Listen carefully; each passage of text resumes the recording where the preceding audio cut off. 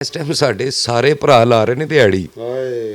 कोई बंदा कारीगर नहीं होना चाहता, होना ही नहीं चाहता। कोई बंदा थिएटर नूं अच्छा नहीं करना चाहता। जिन्ने साडे आ सुपरस्टार ने चंद साहब, तुहानूं तुहाडे बच्चिआं दी कसम है, इन्हां सारिआं दा सोलो थिएटर होना चाहिदा सी कि नहीं। कुड़ियां 4 पा लो तो शो भर जाता है, स्टार 4 भी पाओ तो नहीं भरदा। ਇਹਦਾ ਮਤਲਬ ਇਹਨਾਂ ਨੇ ਆਪਣੇ ਕੰਮ ਨੂੰ ਬਿਹਤਰ ਕੀਤਾ ਹੀ ਨਹੀਂ। ਜੇ ਤੁਸੀਂ ਕਹੋ 100 ਚੋਂ ਇਹਨਾਂ ਨੂੰ ਕਿੰਨੇ ਨੰਬਰ ਨੇ, ਤੇ ਉਹ 100 ਚੋਂ 5 ਜਾਂ 10 ਨੰਬਰ ਹੀ ਨੇ। ਬਾਕੀ 80 85 90 ਨੰਬਰ ਜਿਹੜੇ ਨੇ ਉਹ ਡਰਾਮਾ ਅੱਛਾ ਨਹੀਂ ਹੋ ਰਿਹਾ। ਇਹ ਮੈਂ ਹੁਣ ਗੱਲ ਕਰ ਰਿਹਾ ਵਾਂ ਆਪਣੀ CM ਪੰਜਾਬ ਬਾਜੀ ਮਰੀਮ ਨਵਾਜ਼ ਸਾਹਿਬਾ ਤੁਹਾਡੇ ਨਾਲ। ਬਾਜੀ ਇਸ ਵਾਸਤੇ ਕਿ ਸਾਡਾ ਸਾਰਿਆਂ ਦਾ ਐਜ਼ ਏ ਨੇਸ਼ਨ ਫਰਜ਼ ਹੈ, ਜਿਹੜੀ ਵੀ ਔਰਤ ਹੈ, ਮਾਂ ਹੈ, ਭੈਣ ਹੈ, ਮਹੱਲੇਦਾਰ ਹੈ, ਕੋਈ ਬਾਜ਼ਾਰ 'ਚ ਵਿਚਾਰੀ ਆਟਾ ਲੈਣ ਆਈ ਹੈ, ਅਸੀਂ ਉਹਦੀ ਇੱਜ਼ਤ ਕਰਨੀ ਹੈ। ਇਹ ਸਾਡਾ ਦੀਨ, ਸਾਡਾ ਮੁਆਸ਼ਰਾ, ਸਾਡਾ ਕਲਚਰ ਸਾਨੂੰ ਸਿਖਾਉਂਦਾ। ਤੇ ਬਾਜੀ ਇੱਕ ਰਿਕੁਐਸਟ ਹੈ, ਤੁਹਾਡੇ ਵਾਲਿਦ ਮੀਆਂ ਨਵਾਜ਼ ਸ਼ਰੀਫ ਸਾਹਿਬ, ਤੁਹਾਡੇ ਚਾਚਾ ਸ਼ਬਾਜ਼ ਸ਼ਰੀਫ ਸਾਹਿਬ, ਤੁਹਾਡੇ ਭਾਈ ਹਮਜ਼ਾ ਸਾਹਿਬ, ਸਾਰੀ ਦੀ ਸਾਰੀ ਫੈਮਿਲੀ ਤੁਸੀਂ ਆਰਟ ਲਵਰ ਹੋ। ਮਿਊਜ਼ਿਕ ਨੂੰ ਤੁਸੀਂ ਪਸੰਦ ਕਰਦੇ ਹੋ, ਅੱਛਾ ਡਾਂਸ, ਪਰਫਾਰਮਿੰਗ ਡਾਂਸ ਤੁਸੀਂ ਪਸੰਦ ਕਰਦੇ ਹੋ, ਅੱਛੀ ਕਹਾਣੀ, ਅੱਛੀ ਫਿਲਮ, ਉਹ ਚਾਹੇ ਹਿੰਦੁਸਤਾਨ ਤੇ ਬਣੇ ਚਾਹੇ ਪਾਕਿਸਤਾਨ, ਤੁਸੀਂ ਪਸੰਦ ਕਰਦੇ ਹੋ। ਤੇ ਇੱਕ ਰਿਕੁਐਸਟ ਹੈ, ਭਰਾ ਹੋਣ ਦੇ ਨਾਤੇ, ਛੋਟਾ ਜਿਹਾ ਤੁਹਾਡੇ ਮੁਲਕ ਦਾ ਕਲਾਕਾਰ ਹੋਣ ਦੇ ਨਾਤੇ, ਖੁਦਾ ਦਾ ਵਾਸਤਾ ਜੇ ਥੀਏਟਰ ਵਾਸਤੇ ਬਿਹਤਰ ਔਰ ਅੱਛੀ ਪਾਲਿਸੀ ਬਣਾਓ, ਇਹਨੂੰ ਬਿਹਤਰ ਔਰ ਅੱਛਾ ਕਰੋ। ਇਹਦੇ 'ਚ ਕੁਰਾਨ ਦੀ ਕਸਮ ਸਿਰਫ ਸਾਡੀ ਨਹੀਂ, ਪੂਰੀ ਨੇਸ਼ਨ ਦੀ ਇੱਜ਼ਤ ਹੋਏਗੀ। ਬਹੁਤ ਅੱਛਾ, ਲਵ ਯੂ, ਥੈਂਕ ਯੂ, ਸਦਾ ਖੁਸ਼ ਔਰ ਸਲਾਮਤ ਰਹੋ। ਵਾਹ ਜੀ ਵਾਹ, ਵਾਹ ਜੀ ਵਾਹ। अस्सलाम वालेकुम नाज़रीन, मैं ਤੁਹਾਡਾ ਸ਼ਕੀਲ ਚੰਦ ਤੇ ਤੁਸੀਂ ਵੇਖ ਰਹੇ ਹੋ ਉਰਦੂ ਮੀਡੀਆ। ਉਰਦੂ ਮੀਡੀਆ ਦਾ ਤੁਹਾਡੇ ਨਾਲ ਵਾਅਦਾ ਹੈ ਕਿ ਅਸੀਂ ਤੁਹਾਨੂੰ ਨਵੇਂ ਤੋਂ ਨਵੇਂ ਫਨਕਾਰ ਤੇ ਨਵੀਂ ਤੋਂ ਨਵੀਂ ਜਗ੍ਹਾ ਤੇ ਲੈ ਕੇ ਜਾਵਾਂਗੇ ਤੇ ਚਿਹਰਿਆਂ ਨਾਲ ਮਿਲਾਵਾਂਗੇ। ਅੱਜ ਦਾ ਜਿਹੜਾ ਸਾਡਾ ਚਿਹਰਾ ਹੈ ਉਹ ਪਾਕਿਸਤਾਨ ਦਾ ਫੇਮ ਚਿਹਰਾ ਹੈ, ਜਿਨ੍ਹਾਂ ਦਾ ਤੁਹਾਡੇ ਸਾਹਮਣੇ ਚਿਹਰਾ ਆਏਗਾ ਤਾਂ ਤੁਸੀਂ ਖੁਸ਼ ਹੋ ਜਾਓਗੇ। ਮੇਰੀ ਮੁਰਾਦ ਹੈ ਵਾਜਿਦ ਖਾਨ ਸਾਹਿਬ ਨਾਲ। ਮੈਂ ਚੱਲਣਾ ਵਾਂ। अस्सलाम वालेकुम वाजिद साहब। ਵਾਲੇਕੁਮ ਅਸਲਾਮ ਜੀ ਚੰਦ ਸਾਹਿਬ। ਭਾਈ ਕੀ ਹਾਲ? ਕਿੰਨੇ ਛਾਏ ਮਾਸ਼ਾਅੱਲਾ, ਆਪਣੇ ਚੈਨਲ ਤੇ ਵੀ, ਉਰਦੂ ਮੀਡੀਆ ਤੇ ਵੀ, ਡੇਲੀ ਸਰਜ਼ਮੀਨ ਤੇ ਵੀ। ਸਰ ਪਾਸੇ ਤੁਹਾਡੀਆਂ ਦੁਆਵਾਂ ਨੇ ਤੇ ਤੁਹਾਡਾ ਪਿਆਰ ਹੈ। ਅੱਜ ਤੁਸੀਂ ਸਾਨੂੰ ਟਾਈਮ ਦਿੱਤਾ, ਅਸੀਂ ਖੁਸ਼ ਹੋ ਗਏ ਹਾਂ, ਸਾਡਾ ਚਿਹਰਾ ਖਿਲ ਗਿਆ। ਮੇਰਾ ਟਾਈਮ ਹਮੇਸ਼ਾ ਹੀ ਤੁਹਾਡੇ ਵਾਸਤੇ। ਹਾਂਜੀ, ਉਹ ਡਾਕਟਰ ਤੇ ਲਿਖੇ ਹੁੰਦੇ ਨੇ ਨਾ ਔਕਾਤ, ਮੇਰੀ ਕੋਈ ਔਕਾਤ ਨਹੀਂ ਤੁਹਾਡੇ ਸਾਹਮਣੇ। ਨਾ ਤੁਸੀਂ ਹਮੇਸ਼ਾ ਆਓ, ਸਵੇਰ ਆਓ, ਸ਼ਾਮ ਆਓ, ਮੈਂ ਹਾਜ਼ਰ ਆਪਣੇ ਭਰਾ ਵਾਸਤੇ। ਵਾਜਿਦ ਸਾਹਿਬ, ਤੁਸੀਂ ਸ਼ਹਜ਼ਾਦੇ ਹੋ ਔਰ ਤੁਸੀਂ ਜਿਹਦੇ ਦਿਲ ਦੇ ਮਾਲਕ ਹੋ ਨਾ, ਉਹਦੇ ਹੀ ਸ਼ਕਲ ਦੇ ਵੀ ਮਾਲਕ ਹੋ, ਉਹਦੇ ਹੀ ਕੰਮ ਦੇ ਮਾਲਕ ਹੋ। ਤੇ ਅੱਲਾਹ ਪਾਕ ਨੇ ਕੋਈ ਤੁਹਾਡੇ ਤੇ ਸਪੈਸ਼ਲ ਰਹਿਮਤ ਕੀਤੀ। ਬੇਸ਼ੱਕ ਜੀ, ਬੇਸ਼ੱਕ ਅੱਲਾ ਦੀ ਬੜੀ ਰਹਿਮਤ ਹੈ, ਕਿਉਂਕਿ ਉਹਦੀ ਰਹਿਮਤ ਨਾਲ ਹੀ ਚੱਲ ਸਕਦਾ ਇਨਸਾਨ। ਇੱਥੇ ਤੇ ਤੁਹਾਨੂੰ ਪਤਾ ਸਭ ਖਾਲੀ ਹੱਥਾਂ ਸੀ। ਅੱਛਾ, ਹੁਣ ਅੱਜ ਮੈਂ 2-3 ਸਵਾਲ ਤੁਹਾਡੇ ਨਾਲ ਕਰਨ ਆਇਆ, ਜਵਾਬ ਦਿਓਗੇ?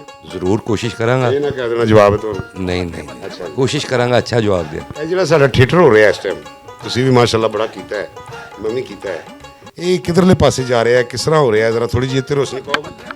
ਸਭ ਤੋਂ ਪਹਿਲੇ ਤੇ ਮੈਨੂੰ ਇਹ ਬੜਾ ਦੁੱਖ ਹੈ ਕਿ ਮੈਂ ਥੀਏਟਰ ਦਾ ਆਰਟਿਸਟ ਹੋ ਕੇ ਥੀਏਟਰ ਨਹੀਂ ਕਰ ਰਿਹਾ, ਯਾਨੀ ਘੱਟ ਕਰ ਰਿਹਾ। ਕਿਧਰੇ ਕਰ ਲੈਣਾ, ਕੋਈ ਭੈਣ ਭਰਾ ਕਹਿ ਦਿੰਦਾ ਤੇ ਮਜਬੂਰੀ ਨਾਲ ਕਰ ਲੈਣਾ, ਜਾਂ ਵਕਤ ਹੋਵੇ ਤੇ, ਜਾਂ ਰੈਗੂਲਰ ਨਹੀਂ ਕਰ ਰਿਹਾ ਜਿਸ ਤਰ੍ਹਾਂ ਕਰੀਦਾ ਸੀ।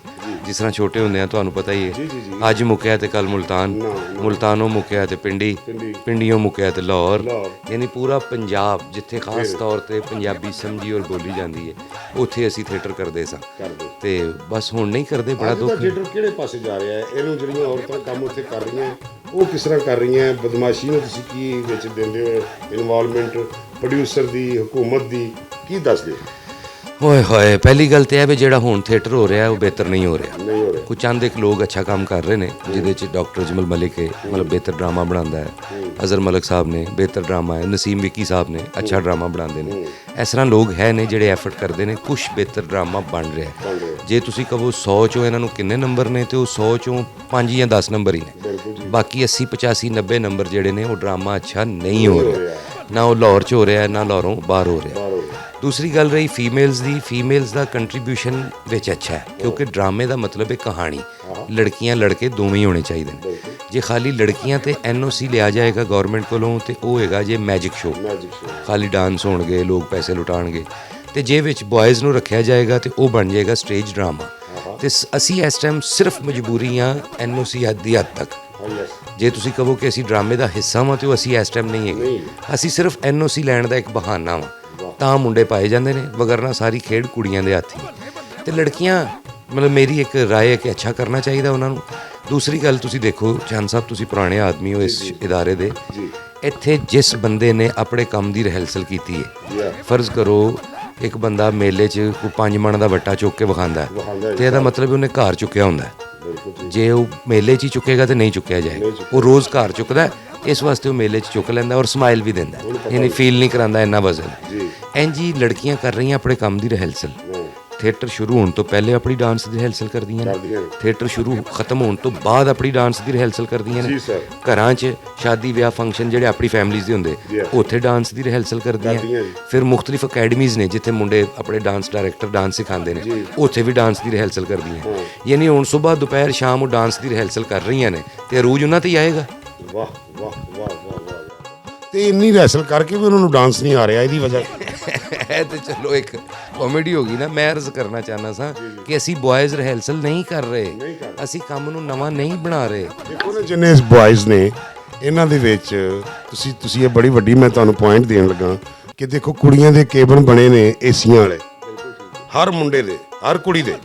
ਜਿਹੜੀ ਬਿਲਕੁਲ ਨਿਊ ਕੁੜੀ ਆਈ ਉਹਦੇ ਤੇ ਜਿਹੜਾ 35-40 ਸਾਲ ਤੋਂ ਕੰਮ ਕਰ ਰਿਹਾ ਹੈ, ਕੋਈ ਵੀ ਮੁੰਡਾ ਕੋਈ ਵੀ ਸੁਪਰਸਟਾਰ ਪਾਕਿਸਤਾਨ ਦਾ ਕਿੰਨੇ ਛਾਏ ਨੇ, ਫਿਲਮਾਂ 'ਚ ਛਾਏ ਨੇ, ਟੀਵੀ 'ਚ ਛਾਏ ਨੇ, ਹਰ ਪਾਸੇ, ਲੇਕਿਨ ਇਹਨਾਂ ਦਾ ਕਿਸੇ ਵੀ ਮੁੰਡੇ ਦਾ ਏਸੀ ਵਾਲਾ ਕਮਰਾ ਨਹੀਂ ਜੇ ਨਹੀਂ ਹੈਗਾ। ਇਹਨਾਂ ਨੂੰ ਵਿਚਾਰਿਆਂ ਨੂੰ ਉਹੀ ਰੈਗੂਲਰ ਸੋਫੇ ਨੇ ਜਿਹੜੇ 30-40 ਸਾਲ ਪਹਿਲੇ ਸਨ। ਤੁਸੀਂ ਸੋਫਿਆਂ ਦਾ ਕਹਿ ਰਹੇ ਹੋ, ਕੇਬਨਸ ਦਾ ਕਹਿ ਰਹੇ ਹੋ। ਚੰਦ ਸਾਹਿਬ ਗੌਰ ਕਰੋ, ਥੀਏਟਰਾਂ 'ਚ ਗਲਾਸ ਨਹੀਂ ਜੇਗਾ।